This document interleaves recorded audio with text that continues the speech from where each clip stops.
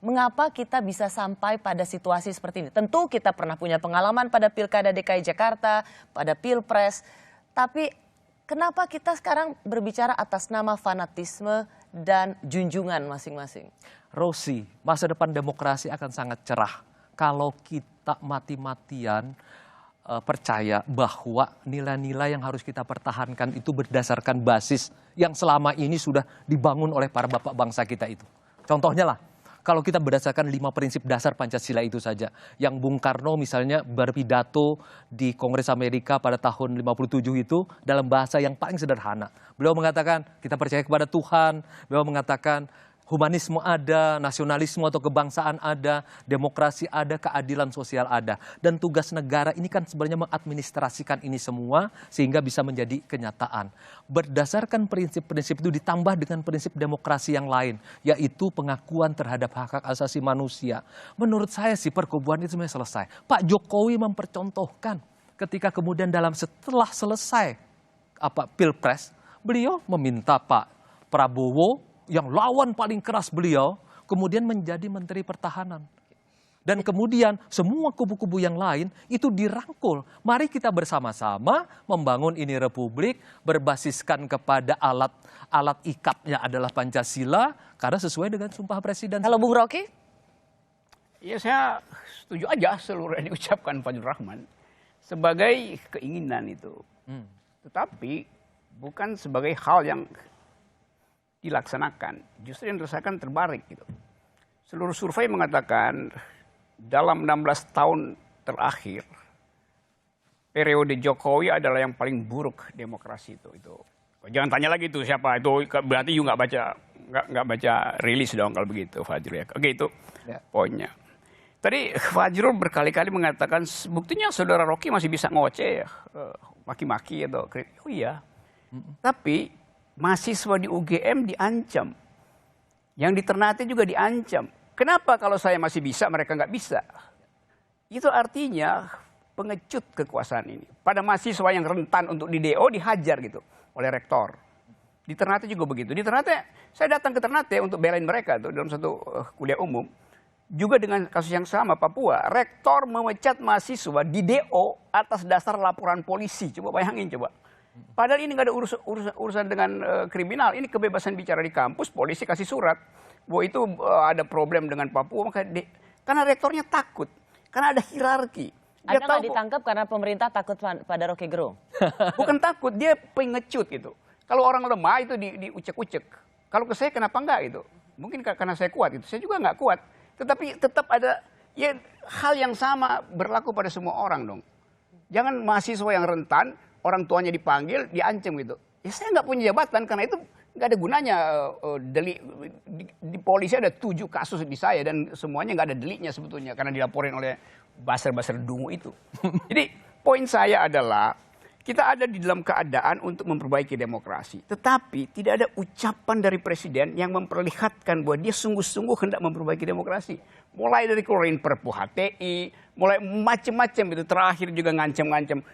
Awas, saya tahu kalian itu. Ini soal Pancasila. Lu Pancasila itu udah jadi kesepakatan. Rocky ini membela HTI. Apanya? Anti Pancasila itu. Siapa? Rocky. Anda tidak setuju dengan HTI? Saya tidak setuju dengan HTI karena dia anti Pancasila, anti NKRI. Gimana dibuktikannya? Dalam pidato paling besar itu dari semua perilakunya pengadilan. Anda Mahkamah Agung. dalam pidato apa? Kayak begini Rocky. Kita kan sekarang berdasarkan ini negara hukum Rocky. Dia sudah dinyatakan sebagai organisasi terlarang di Mahkamah Agung. Oleh siapa? Mahkamah Agung Rocky. Anda menghargai proses hukum tidak? Karena apa dia dibatalkan? Karena mereka anti udah Pancasila, anti NKRI, anti Undang-Undang 45, ingin bubarkan. Rocky, ini negara akan bubar sama mereka. Dia dibubarkan dengan apa? Dia dibubarkan karena dibubarkan oleh Mahkamah Agung, Rocky. Bukan, dibubarkan dengan apa? Dibubarkan, dia dinyatakan sebagai ormas terlarang oleh Mahkamah Agung. Bukan, oleh itu klaim itu sudah kemudian dibenarkan oleh Mahkamah Agung, klaim Anda. Tapi itu dasarnya adalah Perpu.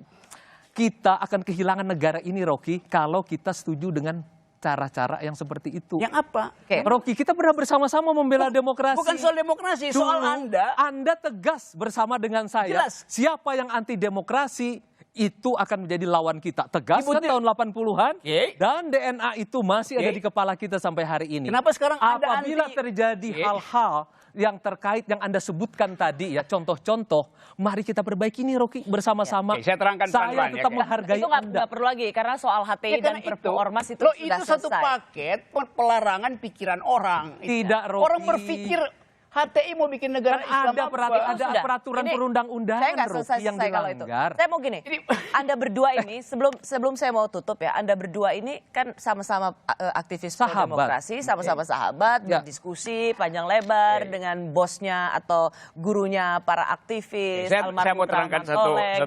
Itu soal lain itu. Jadi jangan bawa orang ke dalam pikiran yang otonom itu. Nah, saya mau terusin tadi karena dipotong oleh Fajrul Rahman. Sekarang ada kekhawatiran misalnya, Pak Jokowi 2024 tidak akan terpilih lagi. Karena itu nggak ada beban. Ya karena memang sudah 2 periode. Oke, saya ngerti itu. Tapi masalahnya, Anda bayangkan, tentu Pak Jokowi ingin penggantinya itu bisa mengamankan dia setelah dia lengser. Apa yang salah dengan itu? Jelas nggak ada yang salah di situ.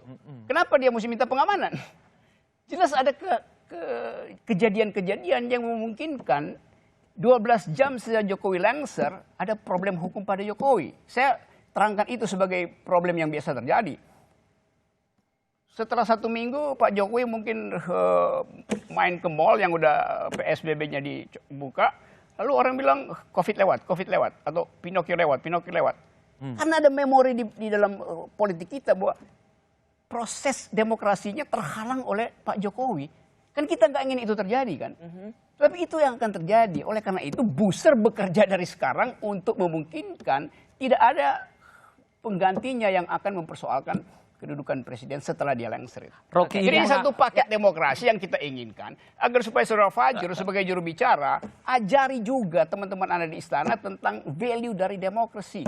Bukan ajari Booster untuk membuli nilai-nilai demokrasi. Betul. Berarti prinsip demokrasi kami bela bersama-sama. Siapapun yang membela prinsip demokrasi akan bersama-sama dengan barisan ini. Yang kedua, Rocky, pengambilan kesimpulan yang melompat-lompat tanpa data dan fakta. Dan akhirnya melayang-layang, hanya menjadi dugaan-dugaan. Dan saya sekali lagi sebagai sahabat mengingatkan saja. Tetap kritis, Rocky, tetap kritis. Tetapi jangan membuat pernyataan-pernyataan yang membuat Anda nanti dikategorikan fitnah, pencemaran nama baik. Dari tadi, dari A sampai Z, dari menit pertama sampai ke belakang, yang saya terangkan itu semuanya ada di media massa. Itu berarti keterangan saya tadi bukan untuk menghalangi saya Anda sebagai bicara, sahabat, tapi menghalangi Anda untuk tidak. Nggak usah diingetin. Sahabat dalam demokrasi. Nggak ada soal sahabat di dalam perdebatan. Enggak, di dalam prinsip ini kita sahabat. Kita bersama-sama memperbaiki demokrasi, tetapi saya cuma mengingatkan. Hati-hati Rocky, karena kita gampang sekali tergelincir menjadi sama seperti kata Presiden. Anda terangkan itu pada Presiden itu. Hati-hati Pak Jokowi, kalau Anda nggak paham demokrasi, Anda bisa tergelincir. Beliau menyampaikan kepada saya agar saya menyampaikan kepada Rocky dan kepada publik bahwa Presiden Joko Widodo adalah champion demokrasi di Indonesia. Dan kita berharap masa depan demokrasi di Indonesia akan terus baik dan akan lebih baik lagi. Dan itu barusan dibatalkan oleh survei bahwa selama periode Jokowi, demokrasi memburuk. Itu dibatalkan oleh survei. Baik, terima kasih ya Bung Fajrul Rahman, juru bicara Presiden Jokowi, Bung Rocky Gerung. Saya malam hari ini rasanya kurang. Pasti kalau bisa sampai subuh Anda berdua seperti juga diskusi-diskusi para aktivis sampai pagi. Tapi saya percaya Anda berdua masih bisa seperti perjuangan politik adalah perjuangan nilai.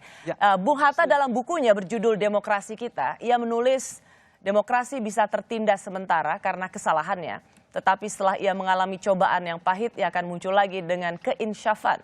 Keinsyafan atau kesadaran ini hanya bisa ada ketika kita punya ikhtiar untuk saling mengingatkan dan juga mau mendengar. Saya Rosyana Silalahi, tetaplah di Kompas TV, independen, terpercaya.